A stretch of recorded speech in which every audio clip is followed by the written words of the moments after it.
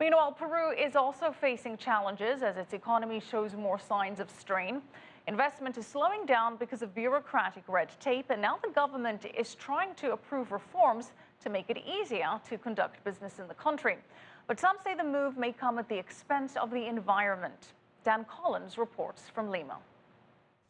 One of Latin America's best performing economies in the last decade, Peru is facing a downturn. Its economy expanded just 2% in April, the slowest monthly rate since 2009. So are the economic good times over? Not necessarily, but the government's putting forward a reform package aimed at reactivating the economy. But environmentalists, including the Minister for the Environment, say it's a major setback for the country's green progress. I think the government has become anxious about the slowing growth and has decided to support a certain group of business people with this proposal. But the problem is we are not reactivating the economy. We are reactivating illegality. We are reactivating bad business practices. The package's most contentious proposals include plans to reduce fines for environmental infractions and to cut time limits to approve environmental impact studies. But some economists say the Environment Ministry's powers must be reined in.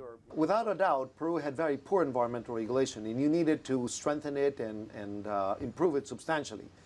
And a lot has been done in that direction. I also, however, believe that in some senses they've overstepped. So you start from having too little regulation to become over-enthusiastic and starting to put in place too much regulation. The country created the Environment Ministry in 2008 as a condition for signing a free trade agreement with the US. Since then, Peru's made important strides, even being chosen as the host nation for the next UN Climate Change Summit at the end of this year.